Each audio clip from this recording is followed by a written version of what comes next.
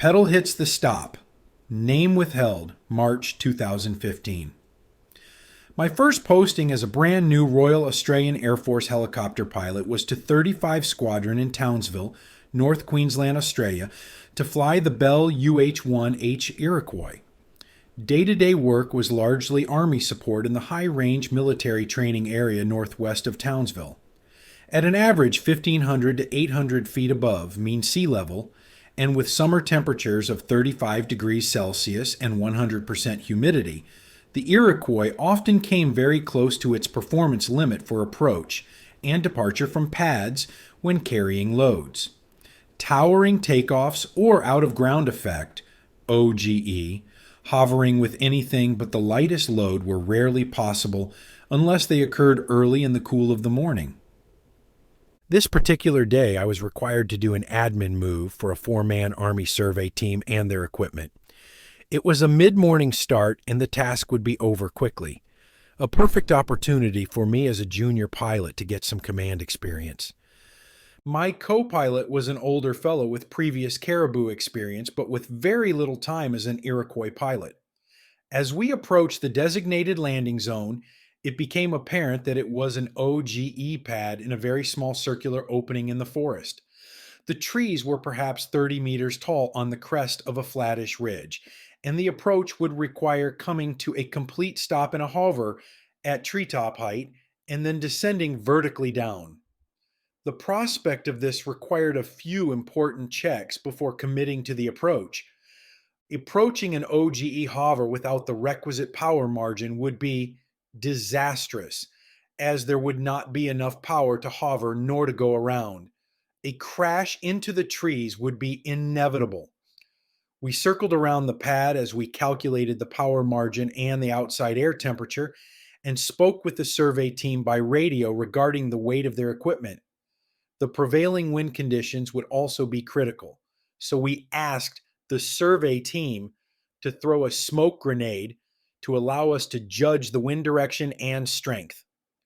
The brightly colored smoke lifted slowly above the trees before dissipating to the southwest. Once all these details were settled and we were confident we could get in and out of the pad, I made the first approach towards the northeast into the very light wind.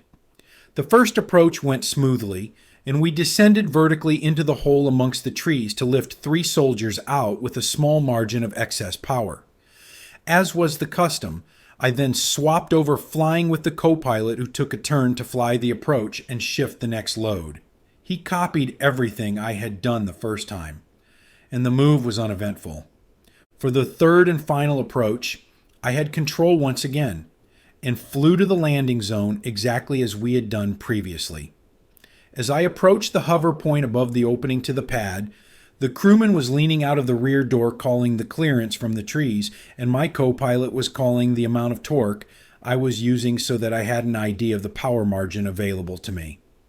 As I pulled in the collective and flared slightly to stop in the hover, something didn't feel the same as before. I felt uneasy and couldn't work out why. The co-pilot was calling torque readings slightly higher than we had used before, but something else was worrying me. Then I realized what it was. My left leg was extended much more than my right. I was using a lot of left pedal to stay aligned with the landing direction. Just as I figured that out, the crewman called a small tail right adjustment to keep my tail rotor away from a treetop below us. I applied the tiniest pressure on the left yaw pedal and felt something under my left boot that made my blood run cold. The pedal stopped. The events that followed took place so fast that they stand as a testament to the fine balance of forces that allow a helicopter to fly, and what happens when one of those forces is no longer controlled. The turbine engine on an Iroquois drives the rotor blades to the left, but at the same time tries to rotate the fuselage to the right. The application of a left yaw or anti-torque pedal prevents this to a point. Running out of left pedal means the aircraft will immediately start rotating uncontrollably to the right, and this is exactly what happened in my case. In the split second after my left foot hit the pedal stop, the aircraft started to rotate right, very fast. I don't remember how many turns we did, as the spin was so fast I lost any reference point to the trees, and I just struggled to keep wings level with the horizon. As the pilot sit about 2 meters forward of the aircraft's center of gravity, centrifugal forces were pushing me outwards or towards the instrument panel. My mind raced in that cliched way. Time seemed to slow, and I recalled the loss of tail rotor authority emergency procedure. Roll off the engine throttle and settle down onto the ground. Removing the engine torque would stop the fuselage rotation and allow directional control to be regained. However, the one major downside of this procedure was that you were now without engine power, and so a quick auto rotation to the impact point would be the inevitable outcome. So here I was, above tall trees, left foot to the stop, spinning right. And to make matters worse, I was now beginning to lose height. Instinct made me pull up more on the collective, but this just increased the spin rate. I had to make a decision very, very quickly before we hit the trees. Was I going to roll off the throttle and settle into the trees, as directed by the flight manual? Yes or no? I am not sure where my next action came from, but the option of deliberately crashing was too much to bear. I eased in some forward cyclic and unloaded the collective a little. It was a gamble, but I wondered if I could regain some control by getting the chopper into forward flight, like a weather vane effect. The trees were very close beneath me, but they did fall away slightly from the shallow ridge line. I might just have enough height. Moving the cyclic forward meant the aircraft started to do forward spirals rather than spinning on the spot, and I managed to get some airflow over the fuselage. Unbelievably, it worked.